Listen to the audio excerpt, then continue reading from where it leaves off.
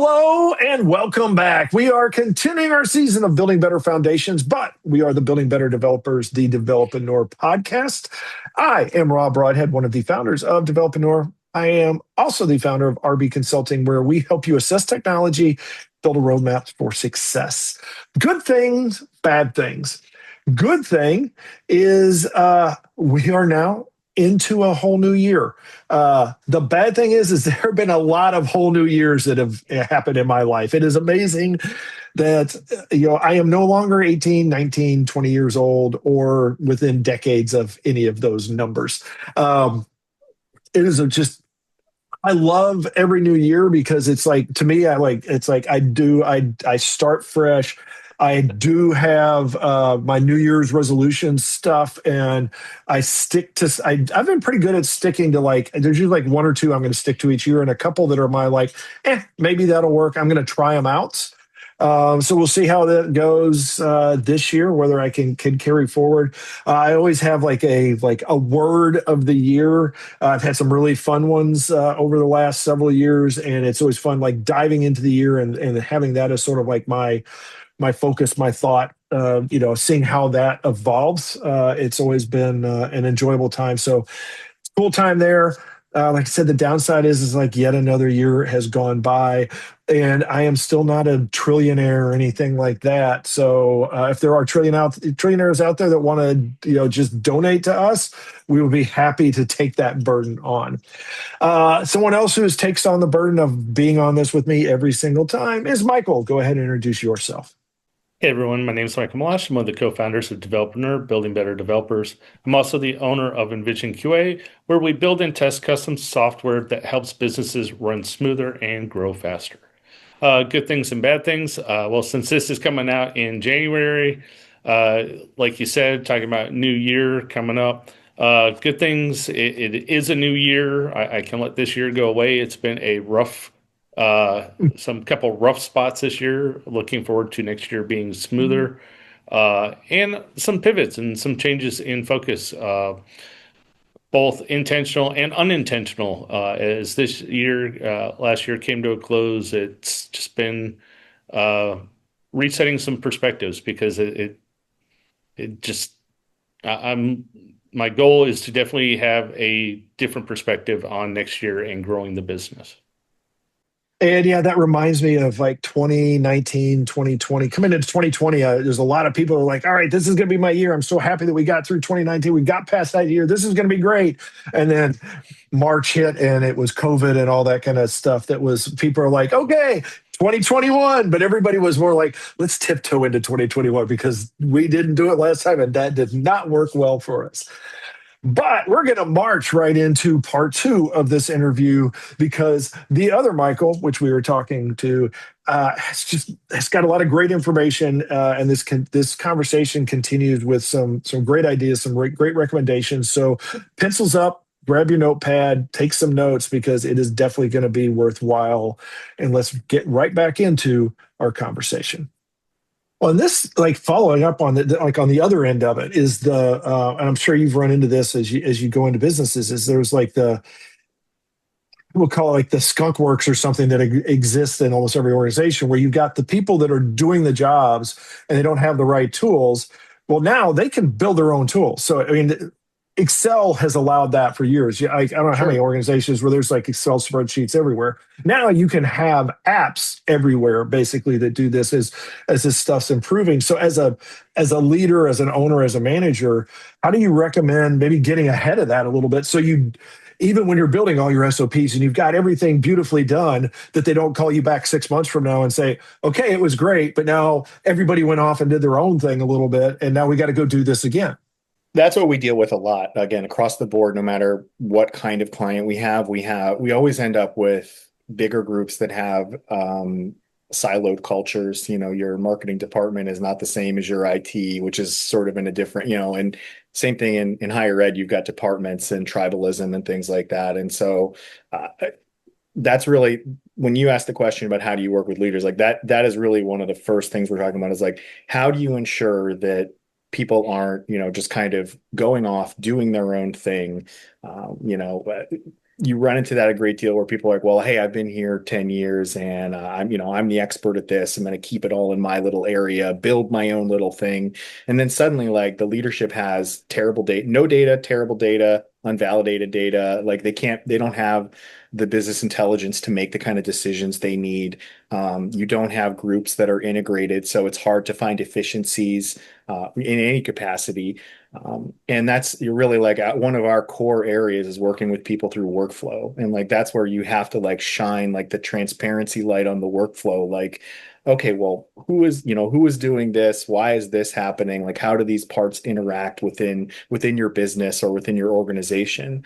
And so that's how we really try and make sure that you don't end up with one person in their closet, another person in a cave, and they both got, one person did this ASP core something or other, somebody else built this no code something, and then the third person is like, well, I bought a software as a service tool.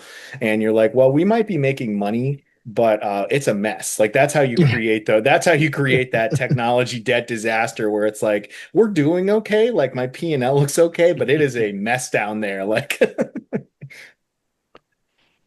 So we all know this happens and this goes on, but from a leadership level, how do you work with, I'm thinking more kind of like the startup people that Mhm. haven't done this and maybe a little inexperienced and don't know what to look for, or prepare for this because, we have all these ideas, we hit the ground running and we tend to run fast, but we tend to just think of the goal and just we're going and we could be spaghetti code, we could be have many different things going on.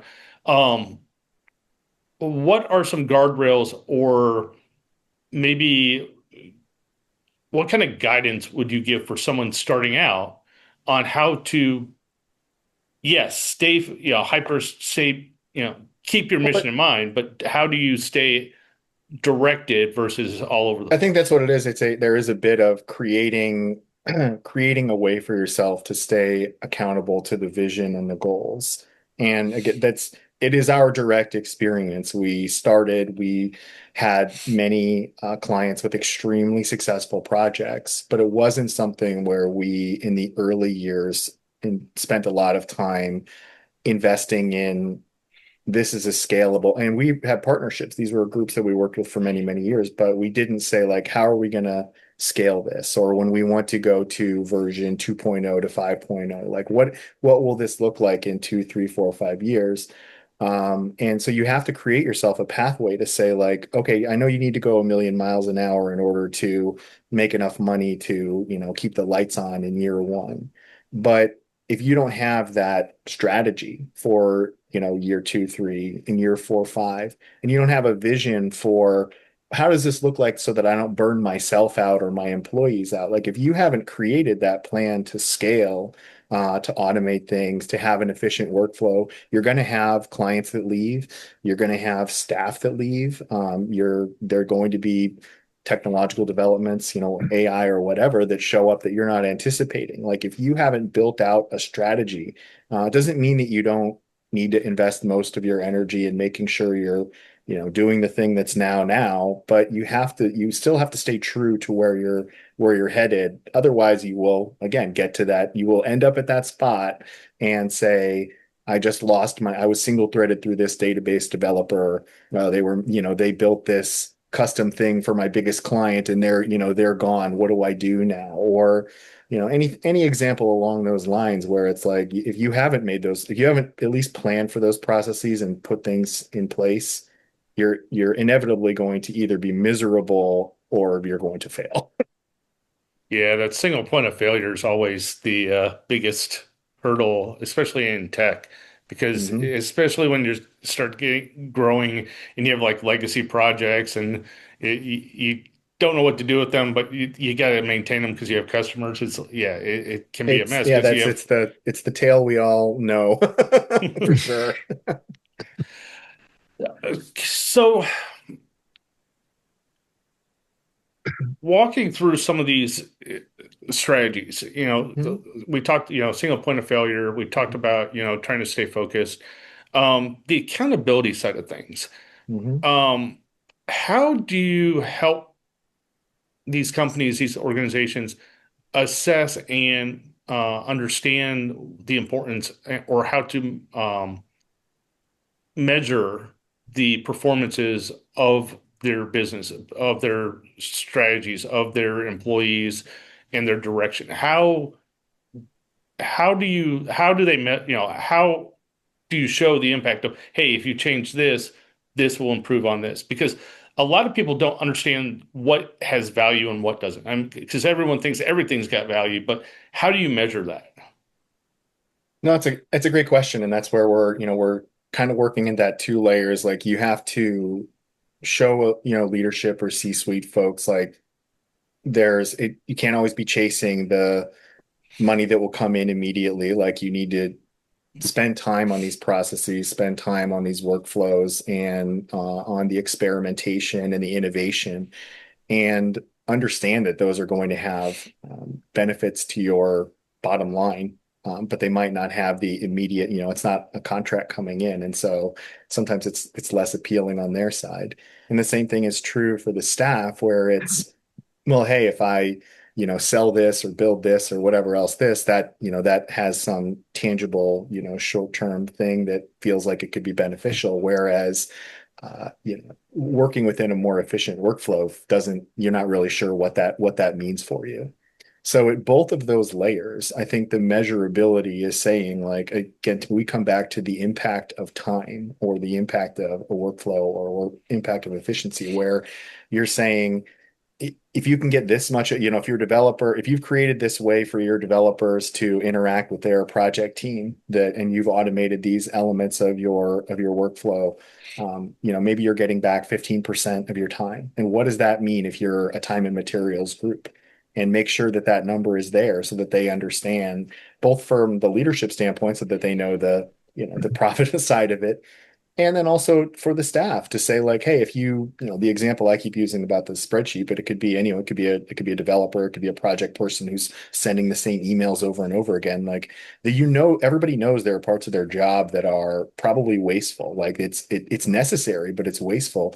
And if you can automate those things, then suddenly you can be more efficient. Your team can work better. You can have higher quality of life, and those things all have a benefit to them, both qualitatively and then from the quantitative standpoint, that the ownership says, oh, well, hey, suddenly we are 15% more profitable, and there's raises and bonuses and things like that. So that's the measurability we're looking for, and the messaging we're giving is like, it can't always be about the dollar that's right there, that day. Sometimes it has to be about the plan. So, are there any particular tools or like measurements that you would recommend where I'm trying not to be too big brothery here, because I know some organizations can just go, hey, we'll put like sniffers on everyone's machines and see what apps are open for how. What is a more balanced solution that you would suggest for organizations and startups? In terms of like time tracking and efficiency and things like that. Yeah, like that, or like you said, like they're using this tool, or maybe they're Oh, well, yeah, ways of tracking this. Yeah, that constantly audit. We are it's we build software platforms ourselves, so I'm never going to say don't use tools, but we are always trying to find like a reduction of tools, like, because there usually are duplicative ones. It does not matter. It's like we will find a group that's like, wait, do you have Constant Contact and MailChimp and Salesforce, and you're sending out messages from all three? Like there's CRM data in multiple places, like legacy database plus, something, and those kinds of things. Like we try and root out places where, even if somebody has created I think somebody gave an example, like somebody's created their own little process for their group or themselves, and like it works and it may even be profitable, but it's not something that fits into the integrated company vision. And so we're trying to reduce tool usage, or at least, say it's got to have a very specific purpose, and it's got to be a purpose that serves the needs of the whole company, not something that's like small division, small team, small group. So not so much like a tools based, but you kind of do like a tech assessment or We do, a yeah. We process do a assessment. technology assessment, and we kind of, maybe we speak out both sides of our mouth, where we're saying like it's not about the tools, but it is. Meaning, like, we don't want our team, and I'm sure most people, nobody wants to show up and be like, you got a leader who's like, give me whatever, give me Salesforce and make it work at my company for this, and that'll be, that's what I'll say whether this is successful or not. That's not the way like we don't want that. We want it to be about the process, the workflow, how it affects all of these things. The tool is sort of like this end destination where we say, this is what we're going to utilize in order to create this effect. This is what we're going to use to accomplish it. But by the same token, we always want to be auditing what's there to say, like, even if you have some legacy tool that the people that are there have been using for some long time, it may not be, you have to be in that constant evaluation mode. And so, we want to get rid of things that aren't necessary, but, and sort of just find those efficiencies from a platforming standpoint. So that actually leads, because it's one of those things. So you mentioned like things change over time. What you did 6 months ago or a year ago may not be the best right now. But I want to sort of shift that a little bit. So now there are some tools out there, and we're seeing, I guess there have been for a while, there have been tools that have changed productivity levels. And now I think we're seeing actually dramatic changes with AI with some of these tools. So how do you approach that with, particularly from companies that deal with time and materials type of an approach, is when the time used to be, an hour and now it's taking 30 minutes. How do you navigate that a little bit, or how do you recommend that they navigate that as far as like, now you're going to have to find 3 times as many customers, or you're going to, how do you look at that? Well, I mean, you can go to a value priced billing model is one way to do it. It's one of the things, if you're a company and you're selling your expertise, your time, your product, whatever it might be, you maybe look at something where you say, can I have a retainer or a partnership or something where you're paying for the value of having access to us and our expertise? It doesn't matter whether we're spending 2.5 hours. Like, we're a certain kind of strategist or technologist or company. We're not a law firm that wants to bill you 5 minutes because we thought about you while we were going to the bathroom or something. So, I mean, we do look at it a little bit like that, where it's like, yes, like time is changing in a sense. And so you can't always say, hey, it used to cost, it used to take us 2 weeks to design a UX UI for a website. And now you can snap and it's 50% of the time. Well, if it's 50% of the time and you're getting 50% less money, like, it's not going to be realistic for you to just always double the number of customers you have, as you said in your example. And so you kind of have to find, and that's where some of these efficiencies are so crucial. Like, there's a little bit of adapt or die, because the old models of working and the old models of pricing don't really apply in the same ways that they did before. So, I mean, we look at more like you have to show your value, you have to have value, and you have to potentially get pricing from your, cost and pricing from the value of the work that you're doing, as opposed to the actual time itself. Yeah, I'm seeing some of the same things. I think it really is. I think the value model is probably it's just forcing us into it. And yeah, like, I think the legal law firms are the ones that are like the brunt of this, because that's so much of this is based on hours. And now people are pushing back and saying, I don't think it takes your people that long to research that anymore, because we can go research that ourselves in 10 minutes instead of 3 hours. And yes, we don't have the same view, but obviously time needs to change. So that portion of it needs to be adjusted. Absolutely. I think there was a Wall Street Journal article about McKinsey a couple of months ago, and they were, it's a project used to take X number of hours and Y number of staffers. And that percentage is, and they've adapted. But, we all kind of have to understand that the formula and calculation has changed dramatically. You can apply that anywhere. It doesn't matter. You used to need a certain number of programmers and designers for a website. You don't need that many, from a law firm standpoint. Like, you can take a document and vomit it into Chat GPT, and suddenly, like, you've got 60% of what you need. So it doesn't mean that the attorney is not needed anymore, but or the law firm is not needed, but you don't need them as much and for as great a volume. And so that is going to reduce everybody's need to spend in those areas, but it doesn't mean that there won't be money to spend on something else. And so there is just a little bit of like redistribution and recalculating, like, how can I use my staff's time, or what can I sell that might be different, or how can I price this differently? Yeah, with that, and that's interesting. So when you're doing the assessments and that, it's like you said, it's more the value. What is the value that you're giving? Because you can use these tools to speed that up. You mentioned ChatGPT. Are there any other AI tools that you see that are kind of closer to that point that where people could go to look at to help streamline their processes or help them figure out their assessments even? Yeah, there's so many now. Like from a coding standpoint, we really like Claude. So, I mean, that's probably the one that we utilize the most from that side of it, and ChatGPT really that's the one that I think those of us in the Gen X, boomer area, we're best at using. But that's why it's such an interesting time, is that like what was good even in AI 6 to 12 months ago, like so many new things have sort of emerged, and like even what is good is like, it was like, oh well, this was the gold standard, a year ago, and now suddenly something has surpassed it. Like, these groups are in just an arms race, like the browser based ones, though there's some security concerns with them, but like what Google's doing is they're customer of ours, but what they're doing is, some pretty amazing stuff with Gemini and things. And so it's just a really exciting time to see all of it.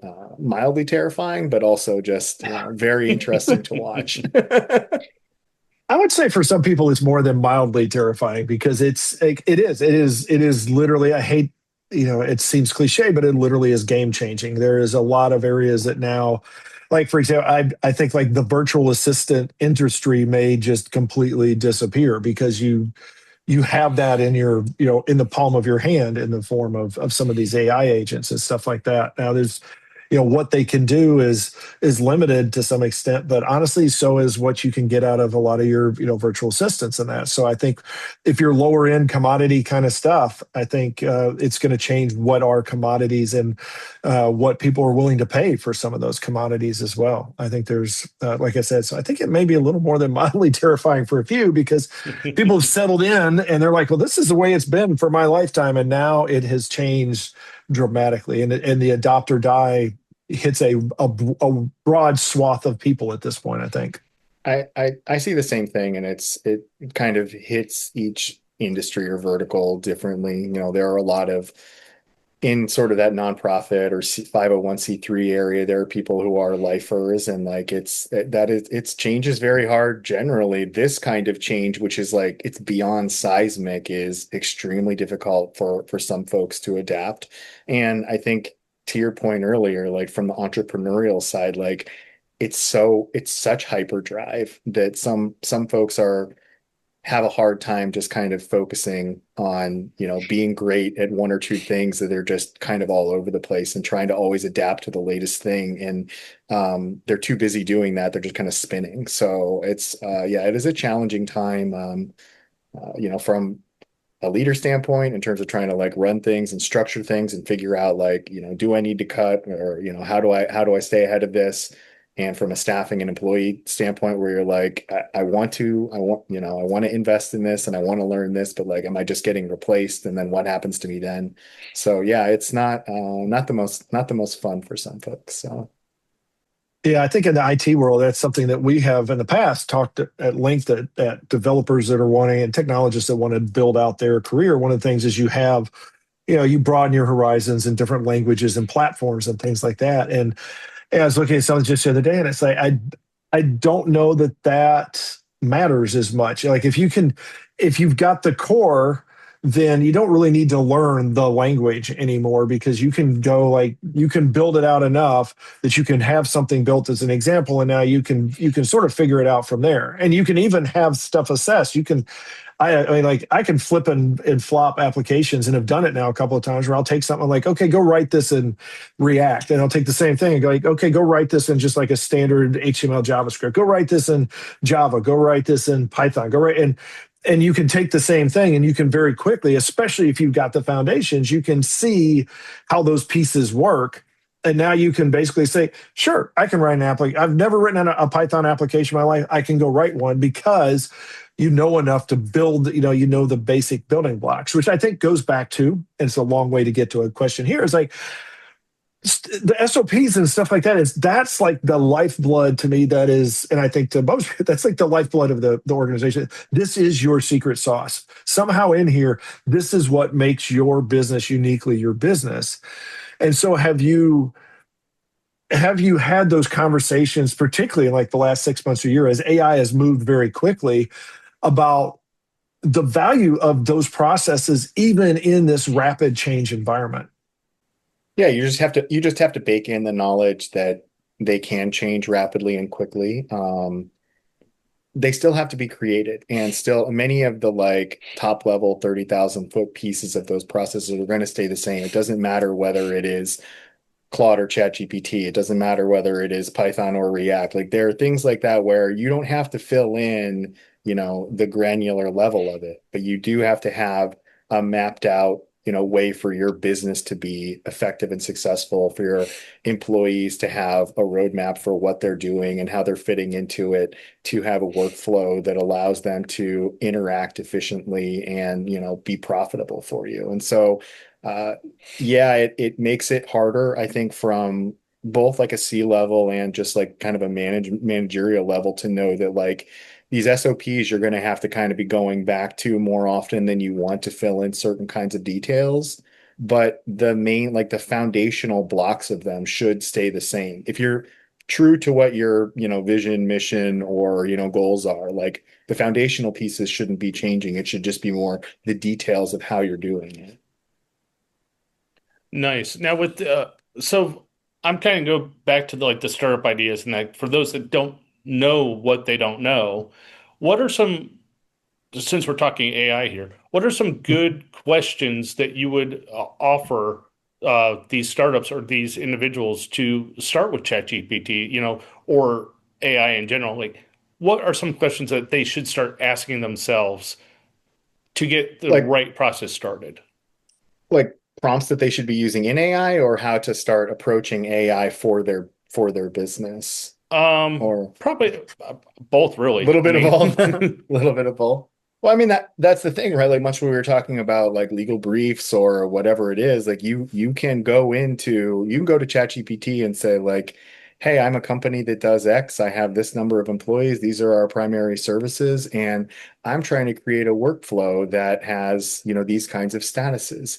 Can you help me think through this?" And that it's almost like a brainstorming friend that will start to learn over time, like, for ChatGPT, for me, or for any of these, like they know like, oh, hey, Mike with Orchestrate and, workflow platforms and application systems and higher ed, like it will learn those things. And so you really want to be able to utilize it, not in the weird buddy way, but in the like, here's something where I can offload information and get some interesting feedback. I don't think it gets you the whole way there, but I think it helps you. I think you had said, what do you not know?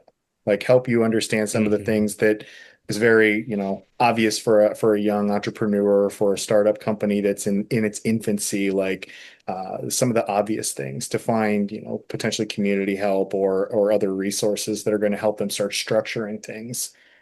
So those are the I kinds of love things that. we would use from a prompt standpoint, from like an introduction to AI. I think that's where it is. If you're new to it, it is better to have help to say, because there's so much, you're like, people have a hard time with like, is this generative? Is this agentic? What does orchestration mean? Like there's so many terms that are out there that can get complicated. Like it's better to have whether it's an advisor or somebody that's had that experience to kind of help introduce them to the concepts and understand how it might apply to their business. And so, we kind of focus on like, do you have your business plan, your strategy in place? Like now let's look at where can you create efficiencies and where can AI be part of that? Excellent. No, I loved how you laid out the first part, because it traditionally we've talked about this in the past on the software side. I'm a test-driven developer, so I like writing user stories, and what you just defined there was like the perfect user story to go in and get introduced to AI for defining your processes, and I love that. That is such a great example. Thank you. Awesome. Well, as I put the challenge out to before, that like, every guest we've had has just sucked up the time, and it's always been a great conversation. And once again, we have suddenly gotten to the end of our time together. It's been a great conversation. What are the best ways for people in the audience to reach out to you and learn a little bit more about what you do, or ask questions? Yeah, absolutely. I'm on LinkedIn. There's not a lot of Mike Toguchis floating around the world, so it shouldn't be too hard to find. Or you can, find us online. eResources.com is our company and the website. The platform Orchestrate that I mentioned, you could look up. But yeah, I think LinkedIn's probably your easiest bet. Excellent. Well, thank you so much for your time. Appreciate having you here, and this great conversation. And we look forward to even the conversations that started out in holiday movies and all that kind of stuff. We have definitely gone far and wide in this interview. So thank you so much for entertaining our whims and doing so as well. And we will wrap this one up. Thank you so much for your time, and we will catch you again next time out there on the web. And we'll just do one of those real quick.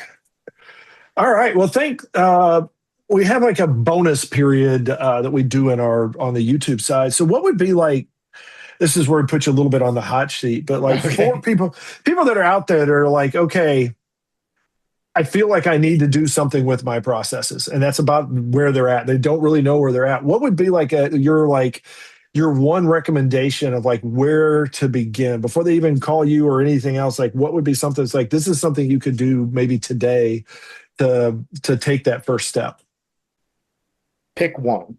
That's my advice, is that, again, we work with a lot of groups that have multiple departments, multiple divisions, multiple whatever, and they often have layers of silos to them. They aren't always integrated.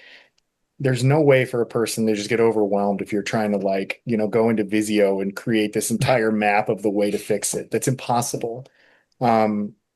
Pick one process where you're like, I think I've got some room for improvement here. I think I have a way that, maybe this team or this staff or this unit or this product offering, I think we could get more out of this area. But they seem to be, either, drowning in manual tasks or using a tool that doesn't work for them, whatever it might be. Pick one where you think where change could have an impact, and start working or fixing that one, kind of mapping out where you can save time, where a new tool might be able to help, whatever it might be. I love that. I think that falls under the category like, don't let perfect be the enemy of good and things like that. It's like, Absolutely. I think too often you're like, well, which is the most important, or where do I get the best ROI? And I think, like you said, I think making any decision is better than being stuck in indecision, particularly in a situation like this. It's like, you got to start somewhere. So grab a shovel and start digging, basically. Exactly. It's like, well, thank you so much, and thank you for the bonus material as well. And wrapping this up, I think this will come out January-ish timeframe, like early January. We will get you the links when they're available. It'll be we throw it out on Tuesdays and Thursdays, so you'll sometime that week before probably get the links, and then they'll go live. And feel free to share them out however you can. Between now and then, I will reach out, and if I haven't already, I will connect to you on LinkedIn. And if there's anything that we can do that anywhere that we can help you, let me know. If you have any questions, as sometimes questions come up after you leave, it's like, hey, what do you guys do this? Shoot us, contact us, and we'd be happy to answer those. This has been great. Thank you so much for your time. Yeah, thank you. It was nice to meet you guys. I had a great time. Yeah, thank you, and best of luck moving forward. Yeah, thanks, and enjoy all your Christmas movies. So yes, you do. Send me a message if you find a new one that's fun. We'll definitely do that. We'll get that out you. We'll build an app to keep up with exactly. it. All right. Have a good evening. Take care. Bye. Bye.